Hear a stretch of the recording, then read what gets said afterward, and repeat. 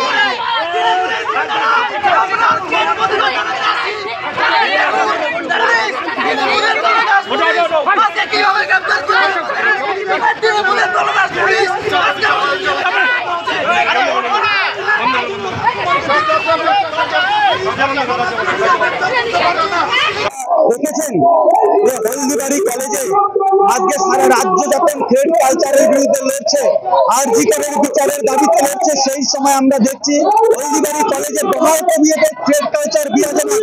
শুধু আইডিএসও কর্মী বা সাধারণ ছাত্রছাত্রীদের উপরে থ্রেড কালচার নয়, আমাদের কাছে ভিডিও আছে, ওই ছাত্র ফেসবুক পেজ থেকে লাইভ আছে, সেখানে দেখতে পারবেন প্রিন্সিপালকে কিভাবে আঙ্গুল দেখিয়ে থ্রেড করছে সেখানকার চুনাপটি তৃণমূলের নেতারা, টিএমসিপির নেতারা। তাহলে থ্রেড কালচারটা বন্ধ হয়ে গেছে। বলবেন এই ঘটনা শুরু কোথায়? শুরু হচ্ছে ওই কলেজে বয়েজ কমন রুমকে টিএমসিপি দখল করে সেখানে দলীয় কার্যালয় প্রতিষ্ঠা করেছে। সেখানে মদ মাতালের আড্ডা, তারা দিনের পর দিন সেখানে মদ খাওয়ার আসর জমায়। এরই প্রতিবাদ যখন হয় এবং আমরা যখন এই কলেজের প্রিন্সিপালকে বাধ্য করাতে পারি এই আখড়া বন্ধ করতে হবে, বয়েজ কমন রুম সেটা রাখতে হবে, ওদের ঝান্ডা যখন তুলে দেয় তারপরে সেই আক্রোশ আমাদের ছাত্রদের উপর তারা ফলায়। আমরা দেখি গত 100 দিন ছাত্রদের উপর ব্যাপক আক্রমণ করে দ্বিতীয় বর্ষের ছাত্র মজিদুল সরকার সে জলপাইগুড়ির হাসপাতালে জলপাইগুড়ি মেডিকেল কলেজে রেফার হয়, সেখানে একদিন থেকে চিকিৎসাধীন থাকতে হয়। আমরা দেখি অনামিকা এবং আরো কয়েকজনকে তারা শিরোধারী করে কেস হারায়, কিন্তু কেস রেজিস্টার হয় না। আজকে যখন ছাত্ররা প্রিন্সিপালকে জানাতে যায়, সেখানে একই রকম ভাবে দেখি আমরা গেট আটকে রেখে সব ছাত্রদেরকে আটকে রেখে তারা ব্যাপক আক্রমণ করে। ওই প্রিন্সিপাল স্যার ছাত্রদের নিয়ে এসে গেট খুলে তাদেরকে বেরিয়ে দেওয়ার চেষ্টা করে। এই সময় আমরা দেখি দুষ্কৃতীরা ব্যাপকভাবে আক্রমণ করে। 8-10-15 জনের মতন আমাদের ওখানে ছাত্রছাত্রী তারা হাসপাতালে মৃত্যুর সঙ্গে পাঞ্জা লড়ছে।